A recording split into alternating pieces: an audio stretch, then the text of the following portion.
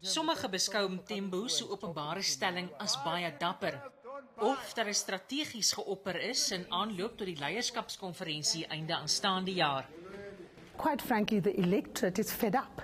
And I think what one needs to understand is that many in the ANC are going to be looking at how they're going to position themselves, with the main consideration being the ability of the party to hold on to power come 2019.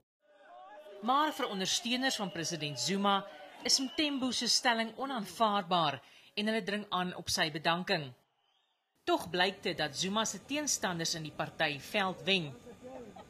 The idea that the ANC can now turn around and say that we are not divided is foolhardy. I think the evidence is clear for everyone to see.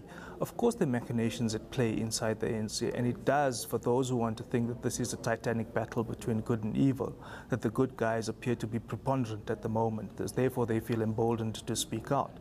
But certainly this doesn't bode well for the way in which they can cohesively go forward.